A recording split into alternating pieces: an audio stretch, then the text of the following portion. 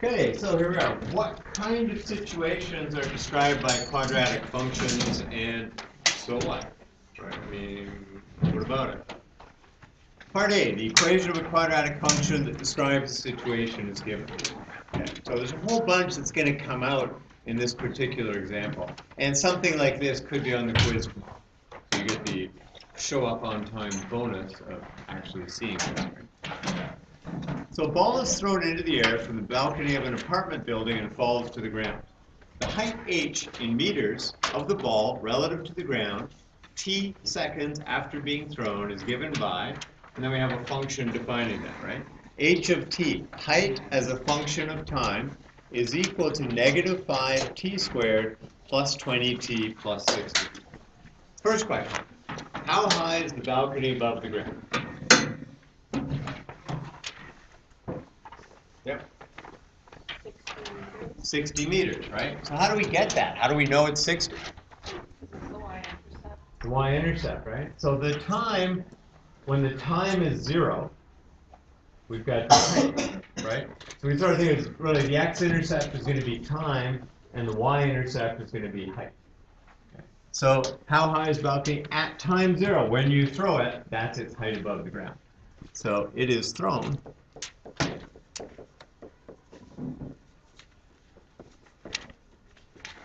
And at time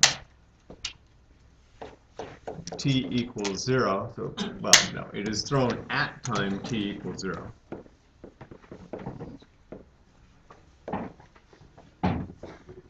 So the height is h of 0, which is equal to 60. So the balcony, now I mean it's in words, right? So we should get in the habit of answering in words. The balcony is 60 meters high. Express the equation of the function in vertex form. Okay, so we're going to take this, h of t is equal to negative 5t squared, blah, blah, blah. Okay, so let's write it out.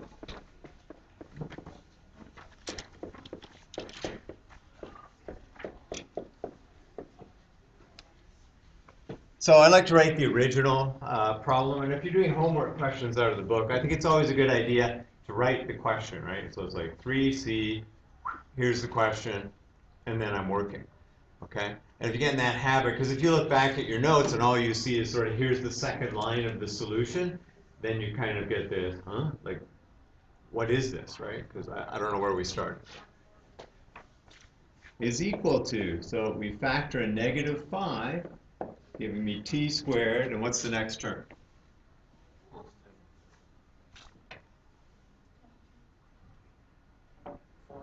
So negative 5 times what is going to give me positive 20? Negative 4. Negative 4. So t squared minus 4t. Okay. Then we're going to leave some space, right? Because we know we have to fill that in. We're going to go down to the line below. And then we've got plus 60. Okay, so that's the first step in completing the square, which you will definitely be asked on the quiz, right? Which is to take out the negative 5, right? Anything that's in front of the t squared. We need t squared, right? Just by itself, positive 1t squared. Okay, so that's equal to negative 5 t. What comes next? Minus 2. Minus 2, right? So we're taking this sign here, right? That minus sign gets pulled down. Half of 4. Okay, so at this point it's half of whatever is the coefficient of the t or the x, depending on squared. Okay, now if we square t minus 2, we get t squared minus 4t. So what goes here? Plus 4. So here, let me do a different color here, right? Plus 4. Okay, but we're going to do one other thing, right?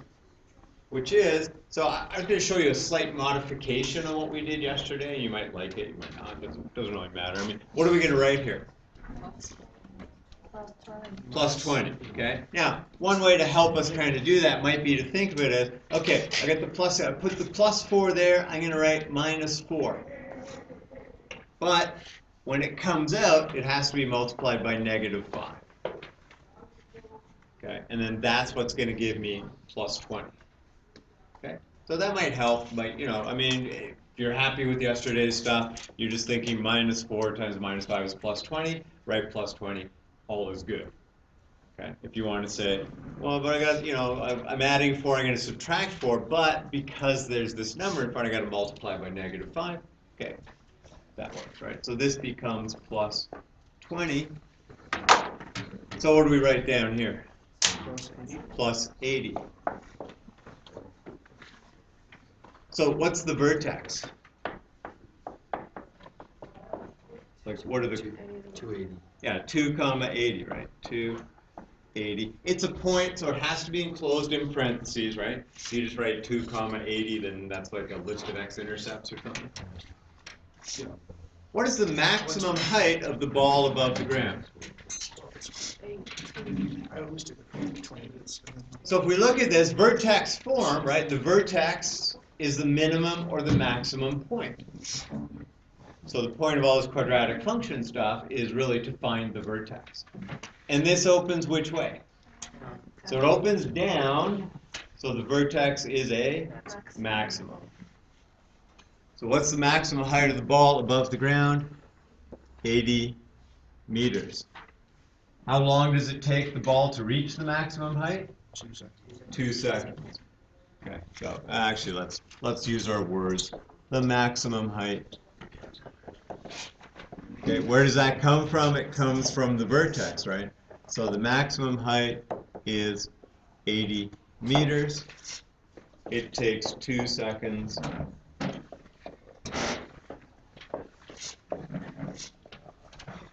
to reach that height.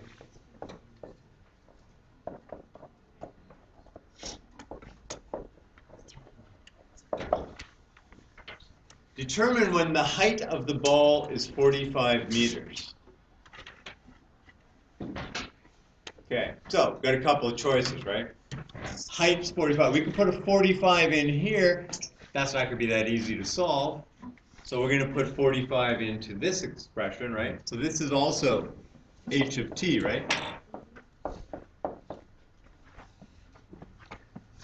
So what are we going to do? Well, we're going to write it out. It's -5 t minus 2 squared. So we're going to say h of t is -5 t minus 2 quantity squared plus 80. Okay, so that's my starting point. That's like my formula, right? Well, it isn't. That is a formula. It's a formula for height. Okay. In a form that's kind of easier to solve, right? Because we want to solve. What do we want? We want the when the height, right? We want the time. When is the height? What is the time when the height is 45?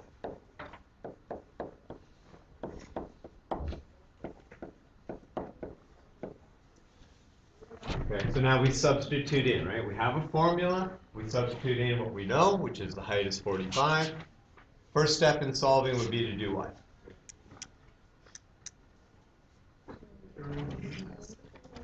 Subtract the 80 from both sides, right? So what's 45 minus 80?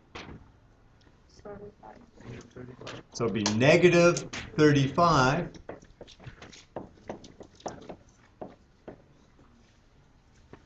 Okay, so we subtract 80 from both sides. Then what do we do?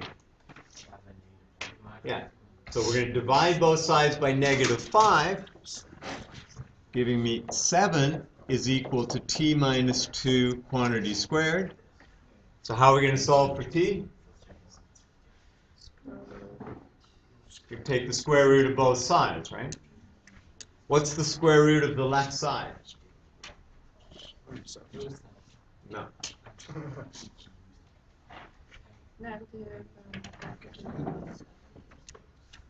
Plus or minus root 7. Okay? So let's write it this way. T minus 2. So I'm going to flip the sides at the same time, right? Just so I'll have our variable on left. So t minus 2 is equal to plus or minus root 7. Okay. So when you're solving by this method, when you're taking the square root of both sides, remember that the square root is plus or minus. Okay. So what's t equal to? Well, t is equal to 2 plus or minus root 7.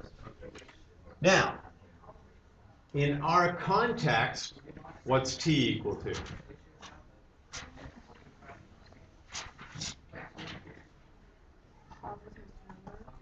It's got to be a positive number, right? Root 7 is bigger than 2. So if I go 2 minus root 7, I'm getting a negative value, right? Our time starts at 0 and goes until the ball hits the ground, okay? So yeah, we have a quadratic function. The height when it's 45 meters, right? If we go 2 minus root 7, it's as if it was launched, so many seconds ago, and then reached that 60 meters at a time of 0, and then kept climbing up to 80 meters and then fell. Okay, but that's not in our context, right? So the time is 2 plus root 7 seconds. Okay, that's an exact value, right? Don't go and figure out root 7 and then add 2 to it and then round it, unless you're asked, right? It could say, determine when the height of the ball is 45 meters, rounded to the nearest tenth of a second. Okay. Then you type in 2 plus root 7, hit enter, round that to the nearest tenth, and you're good to go. Okay, and then 2 minus root 7 is not within the scope of the question.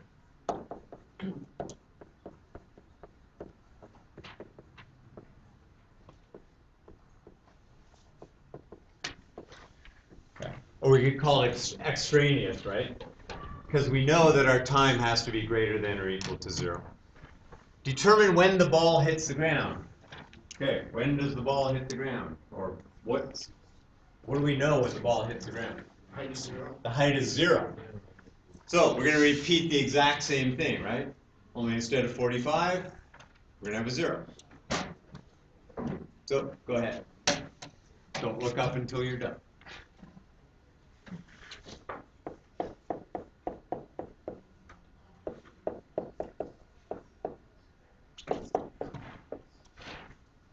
Okay. I'm going to start with the formula again, right? Every time I do it, this is my formula. This is what I'm solving. Every time I do it, I want to write that down. Okay? Just in case somebody else looks at it too, right? Yeah, it's right beside it, and they wrote h of t, but let this one stand on its own. You're not going to probably be asked both of these. You might just be asked one of these.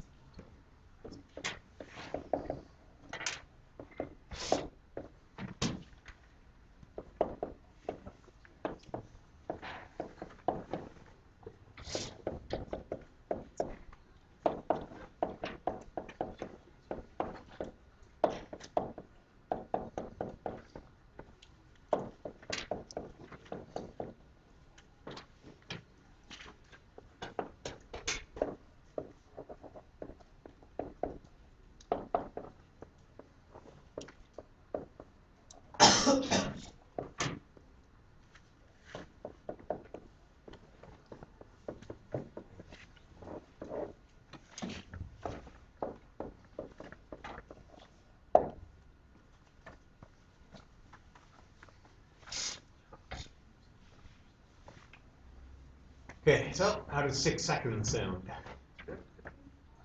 Okay, so we get two answers again, right? We got 6 or -2.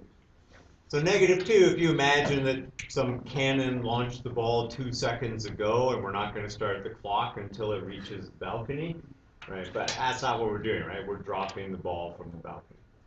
Remember, a parabola is going to extend forever, right? I mean, any value below 80 satisfies that equation. Okay. But we're dealing with the context, right? So sketch the graph of the function, labeling the axes and the vertex. What we're asking for here is the graph of the situation, right? We want to know what the situation is. Okay, so this is height, and this is time, and this is 0.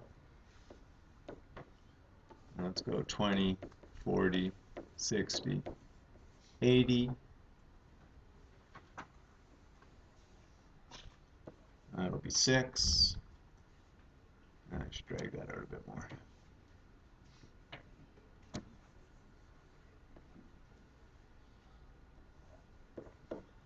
Let's go 2, 4, 6. So I need to hit that there.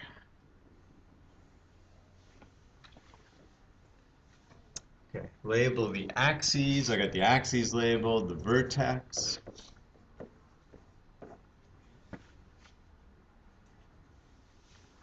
Okay, so everything's on there, right? Got a y-intercept, sorry, an h-intercept, h of t at 60 when time is 0. I've got my t-intercept where we intersect the t-axis, which is at 6 seconds. That's when it's going to hit the ground. And there's the vertex at 2, 80, also labeled, right? So I have labeled and scaled axes, and I've labeled the vertex. State the domain and range of the function. So let's use t and h. So what's the domain?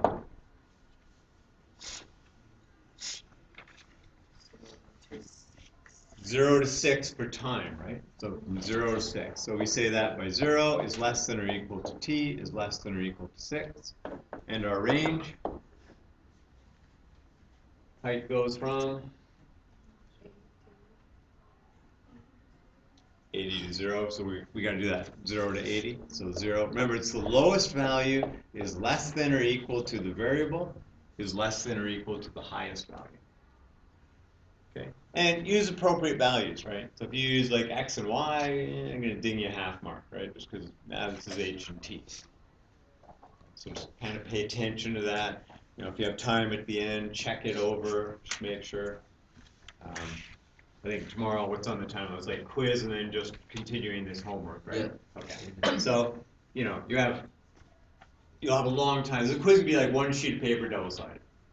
Okay. You're going to have way more time than you could ever possibly need to do it, so take your time. Keep in mind, however, that when you do the test, there's going to be more pages and you have a finite length of time, right? You just have the period. So, it's good to work sort of, like that, but, and then go and check it over, right? And if there's stuff you don't know, like if you can't remember a formula or you can't remember something, leave that question, go on and do the rest of it, then come back to it, right? Like, be smart when you write your test. I'm sure you figured out a strategy for it, but, don't, just because you got lots of time, don't get a habit, I can spend 10 minutes on this question. Not right now, you shouldn't, right? Because on a test, you don't want to spend 10 minutes on that question right now, right? You want to go on and then come back to that question if you still have time. Here, there's 3 pass method for doing a test. There you go, whether you want it or not. Pass 1, first time you go through it, cherry pick, do the easy stuff, right? The stuff that, I know that, and I can do that in like 10 seconds or a minute, so I'm going to do it. Or you look at a question, you go, I know how to do that, and it's going to take me 5 minutes to do it. So leave it, right? I mean, it's something you can come back to. You know you can do it. It's not a big worry. I'm going to get those marks. I just don't want to spend 5 minutes doing it now. Okay, so then we do all the easy stuff. So pass 2, that's where we go through. Now we say, okay, that's the one that's going to take 5 minutes. Boom, let's do it. Third type of question, I must have been away that day. Or I didn't do that piece of homework because I don't recognize this. I have no clue what to do on it. You leave those till the very end, right? So you do your pass 1, cherry pick, you do your pass 2. Okay, stuff I can do, it's going to take me 5-10 minutes, but I've done it. And by the time you hit 3, it's either, I really have no clue. At which point, try something, write something down, see if it leads anywhere. And if not, well, you weren't going to get those marks anyway, so it's no big deal, right? It's just, next time I better know how to do this. That's it. All right. 2 numbers have, and by the way, you just write the way you want to write, right? So I can't control. 2 numbers have a difference of 12. Determine the numbers if their product is a minimum. Where does the minimum occur? At the vertex. What does that imply? We need a quadratic equation in vertex form. All right. Label variables for what you are trying to find. So this is the steps for solving a word problem. Step 1, label variables for what you're trying to find and what you are minimizing. Okay, so 2 numbers. So let's just say, let the first number be what?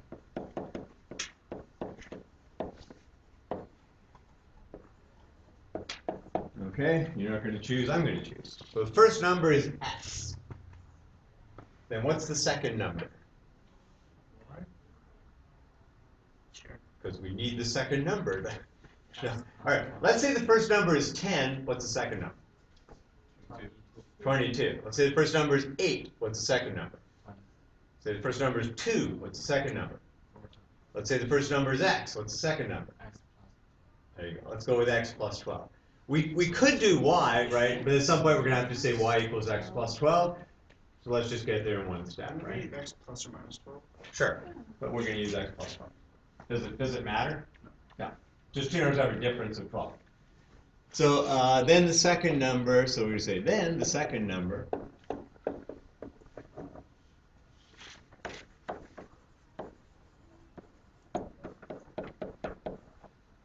okay. Or you can do x minus 12, it will make no difference in the final answer.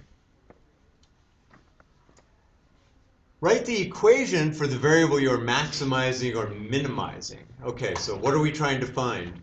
Determine the numbers if they're what? Percent. If they're product, so we need the product, right? So write the equation for the variable. So we are maximizing or minimizing the product, right? So let's say P is equal to what? What's the product?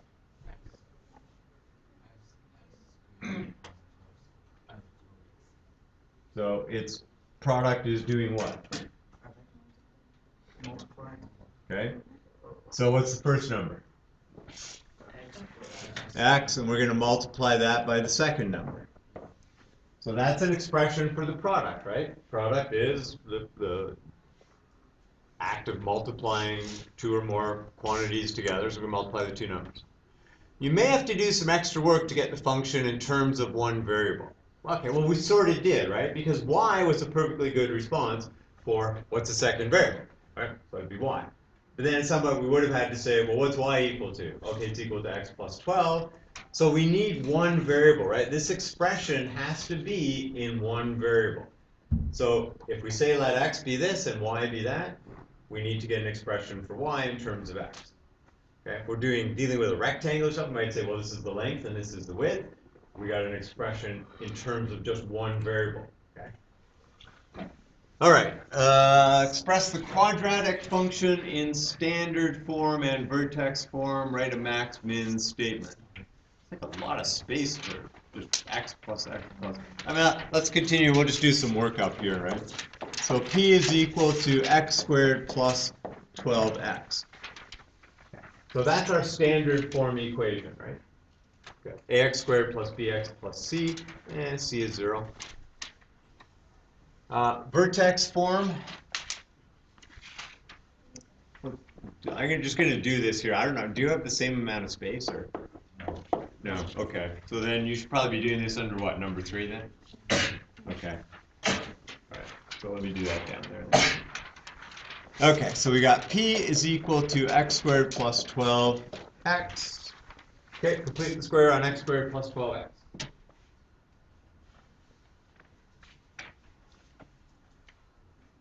It's like, this is about as easy as it gets, right, in completing the square.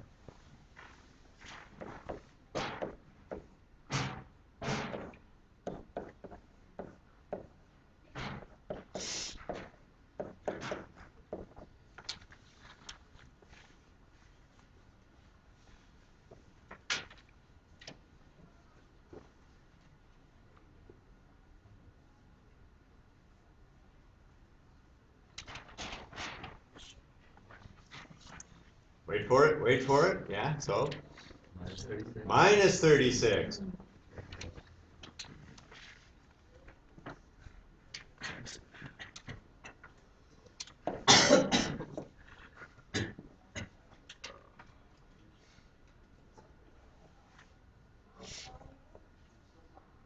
Okay, wait, what am I doing here? No, okay, so this will be, yeah. Okay, I'm messed up here. So what am I writing here? X plus 6 squared, it's gonna be x. Hmm? Usually we would bracket the space. Right. That's it. Oh, here. For the top part. Right. Man, good thing you guys know how to do this stuff. Okay. Plus 36, minus 36, minus 36. Partially done on purpose and partially not. Like partially myself. Yeah, good thing you guys know what you're doing. This is good, right? Bodes well for tomorrow to be able to do that stuff. It's like, this is the easiest thing you can do, which makes it harder because then you forget what you do. Okay, so that's my vertex form. Write a max min value statement. Okay, so what's the value? All right, which way does this open? Up, so it's a minimum. So what's the minimum value? The minimum value, which is what we were looking for, right? Minimum product is negative 36 when x equals negative 6. So the numbers are, what are the numbers?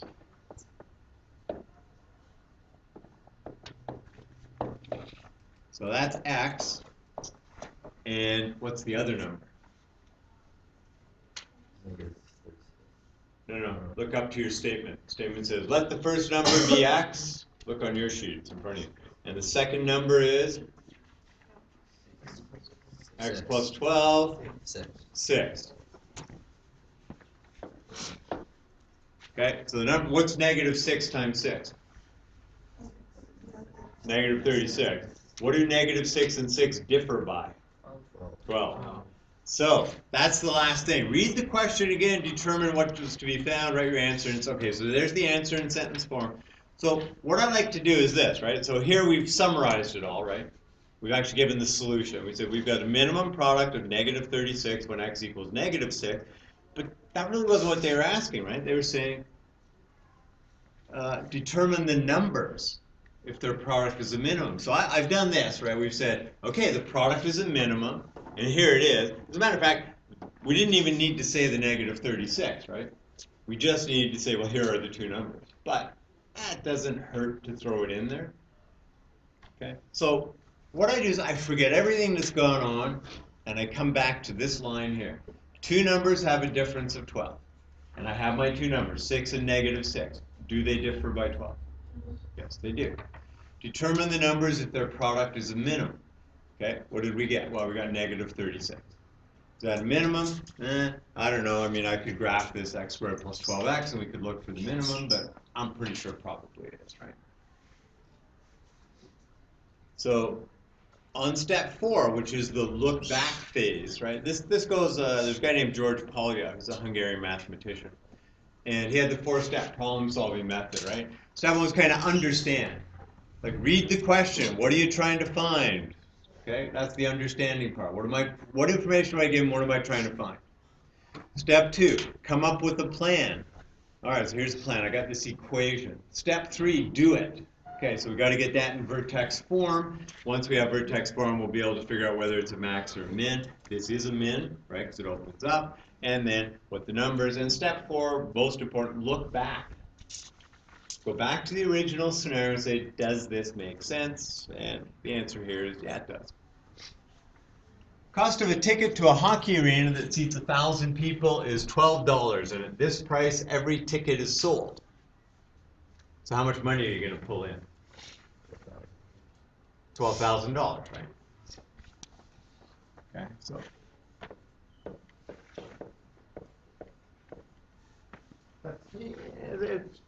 It's part of reading, right? This might be, oh, well, that's an interesting observation. I'm going to pull in 12,000. Maybe it's germane, maybe it isn't. I don't know, but it doesn't hurt to write it. A survey indicates that if the price is increased for every $2 increase, so what would we go, $12, what would the next step be? 14, 16, 18, okay, so it's okay to think that.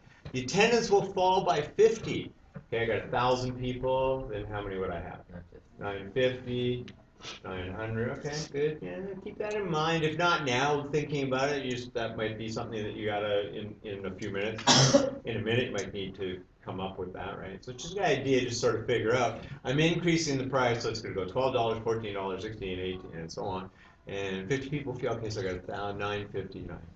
Determine the maximum revenue. I mean, that's what we want, right? If you own the arena, you want to pull in the most money you can. And the ticket price that will give the maximum revenue. Okay, so what is revenue? How much you bring in. So that $12,000 is revenue, right? Okay, so how do we figure that out? Wow, we just sort of know, right? So it's the number of tickets. So revenue is equal to the number of tickets times the ticket price. Okay, that's fairly intuitive, and you know, if you see a revenue question, you just got to remember that. Well, revenue is just how much money am I bringing in? Okay, so we got to figure out the maximum revenue, how much we're going to bring in, which should be larger than 12,000, right? And what ticket price is going to give us that revenue. All right, let X be the number of $2 increases. And, is there more than that? I've got a number of $2 increases. I don't know, okay, so, what are we going to do? Do you want to do number of tickets first? Number of tickets. Okay, so what does it say? For every $2 increase, the attendance will fall by 50. So our original revenue is 1,000 times 12, right? So we got 1,000. But if we increase the ticket by $2, then how many people are we going to have? 950. So what are we going to write? 1,000 minus, because it's got to be a formula that involves X. So one increase gives us 950 people. Minus 50x, right? So X is the number of $2 increases, right? So you just look at it. So if I make one $2 increase, I'm going to get 50 people fewer. If I make two $2 increases, how many people will there be?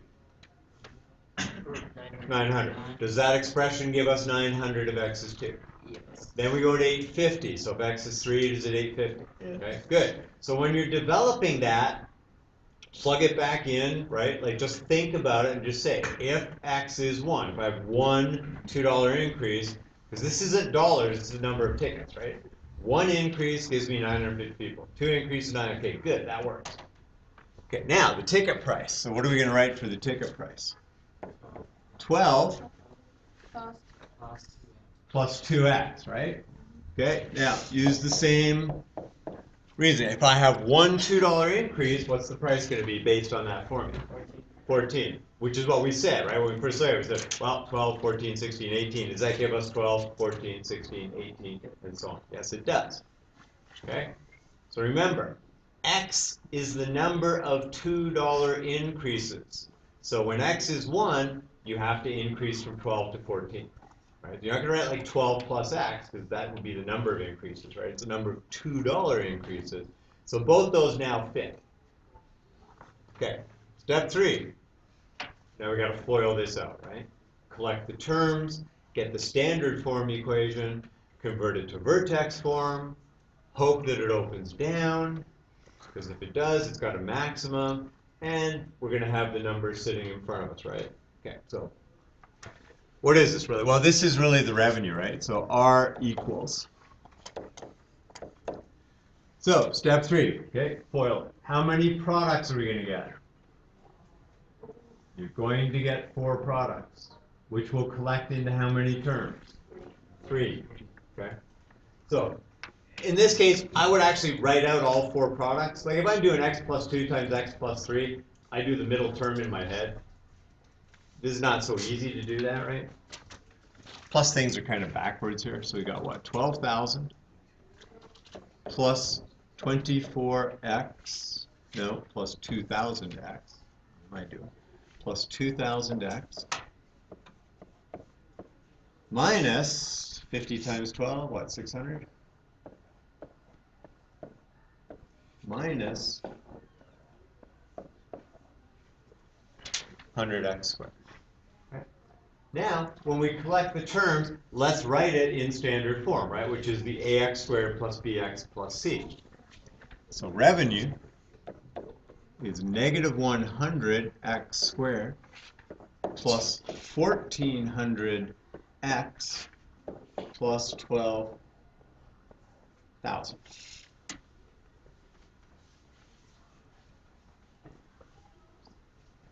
Good? When x is 0, what's the revenue by that formula? 12,000. When we first read the question, what was the revenue? Good, right? Okay, we have an expression that at the very least matches up with if we don't raise the price at all, we're just going to have the same number of people. Okay, complete the square. I'm going to try and do it right this time. This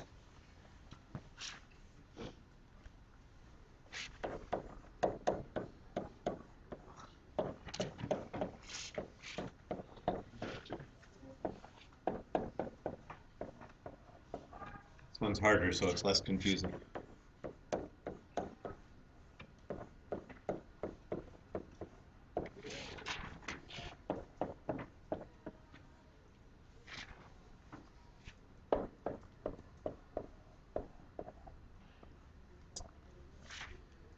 Yeah.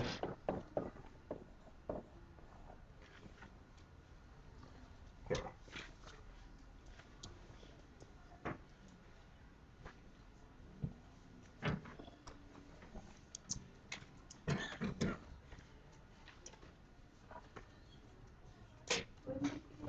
Yeah, wouldn't it be negative 49? Well, inside the brackets, it's going to be plus 49 minus 49. So it's going to be minus 40. Also, if it was negative 4,900, the revenue would go down, which is not. Yeah. So, I mean, if you like, that what was the other way, right? Would be to say, okay, we're going to subtract 49 times negative 100, right? Okay, so you'd say, okay, I'm adding 49, I'm subtracting 49, which has to be multiplied by negative 100 on the way out, giving me the plus 4,900. Okay, that may be helpful. Some of you may want to do it that way, right? It just might make a little more sense, saying, okay, I add it, I subtract it, but I multiply it by this. Okay, so what are we going to say? The maximum revenue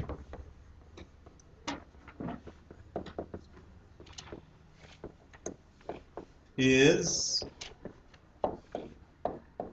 $16,900 after 7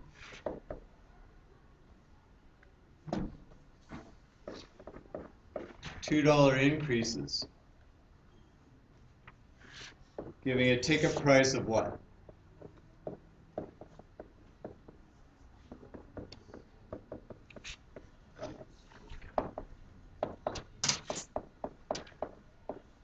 Okay, $26, right?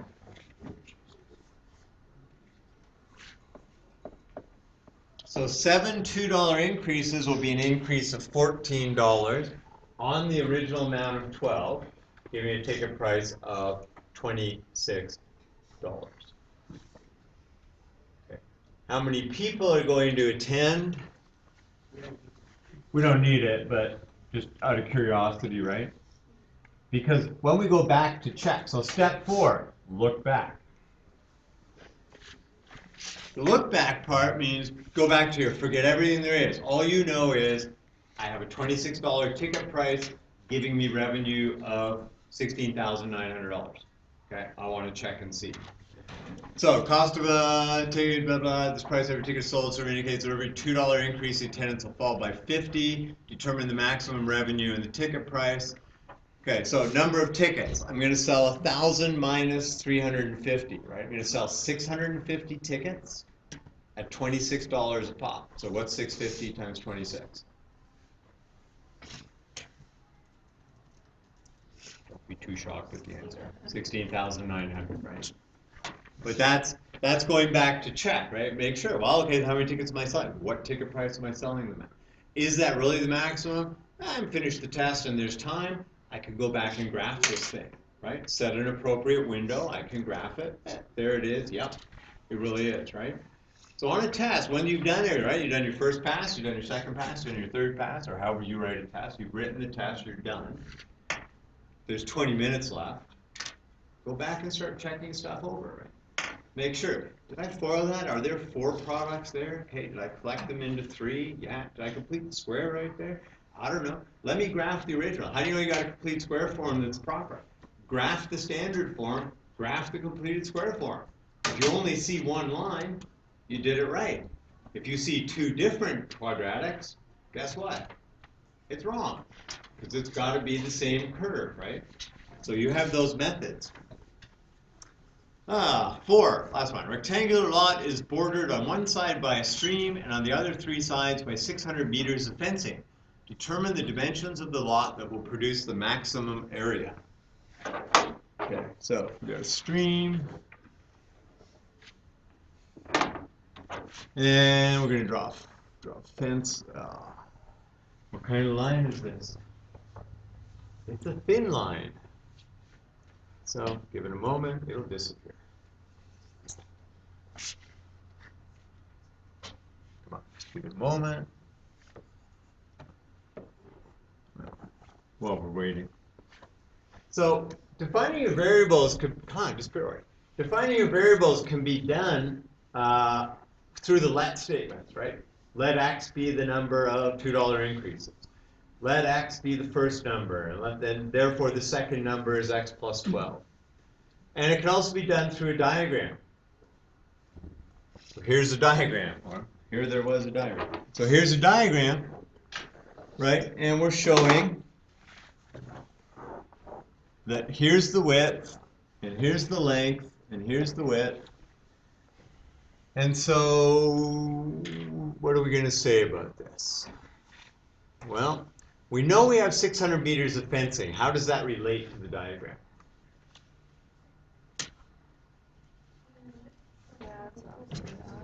Yeah, so from this we could say 2W plus L is equal to 600.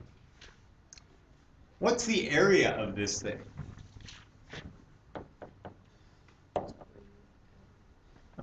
Rectangle, right? So area is length times width. What's the thing that we want to maximize or minimize? The area. Now I know that area is length times width. That's 2 variables, right? So what can we do with this to get 1 variable? 600 minus 2W. Yeah, so we can just get an expression for length, right, in terms of width. So the length is 600 minus 2W. Area is length times width. We're going to replace length with 600 minus 2W and end up with an expression with 1 variable, which is just W, right? So area is 600 minus 2W times W. Okay, so everybody good with this, right? What we've had to do here. So we did have to have 2 variables, right? We had to show the width and the length. Okay, but then we said, wait a second, we know that the amount of fencing I have is 600 meters, so this width plus the length plus the width has to be 600. 2W plus L is 600. Okay, area is length times width. All right, 2 variables still. No, I can only do this if I have 1 variable. What do? We solve the first equation for L. You can solve it for W. That would be kind of silly. You have halves in there. It would still solve exactly the same, right? Like you'd still get the same dimensions. You just make life a lot more difficult for yourself because you'd have to factor out that half and blah, blah, blah. Okay, what do you do from here? You don't do that. Hit that. Move back. So what do? Standard form, vertex form, and then hopefully it opens down because it will have a maximum. Yeah, it's going to, right? Because we're going to get a minus 2W squared. So that part's good. Okay, do the procedure, right? I'm going to move over here.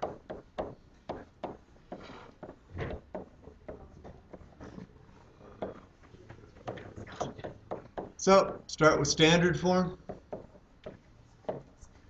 Rearrange your standard form into actual standard form. And now we're going to complete the square, right? Because what does that do? Finds the vertex. What's above the vertex? That's the max and min, right? The max or the min is at the vertex. We need to be in vertex form, right? Standard form to vertex form.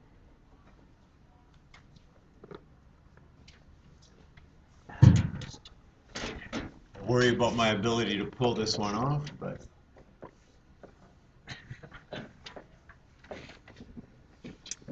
minus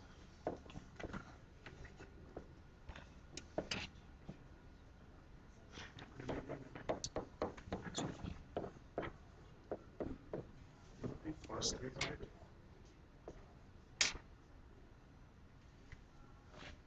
There's negative yeah, 600. plus 600. Or yeah, wouldn't it be plus 300? Because negative 600 divided by negative 2. I've got positive 600. I don't know where you got negative 600.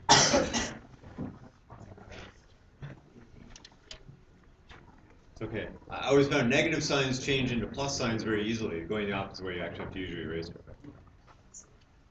Make sure you have a good eraser. And you're doing this in pencil. Do not do this in pen.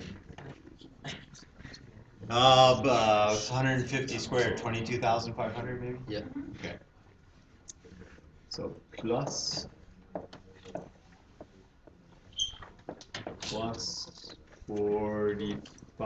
45,000? Yeah.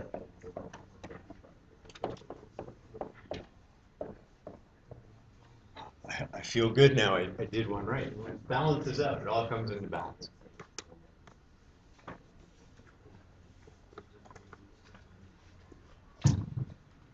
Now, what did they actually? I don't even know what they were asking. The maximum dimensions. The dimensions. Okay, so yeah, we can say so. The maximum area is, which wasn't really asked, right?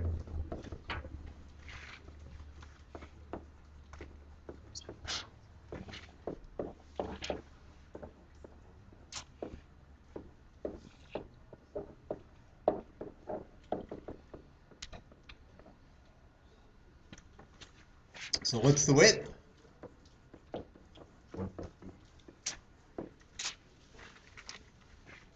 Width is 150 meters. And the length?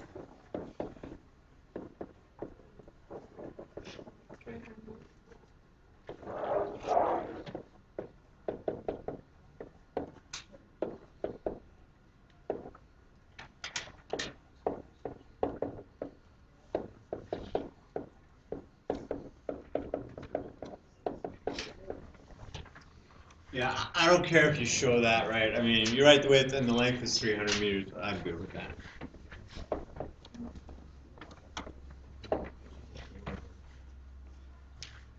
Are we done? No, that's step 3. Step 4 is to look back.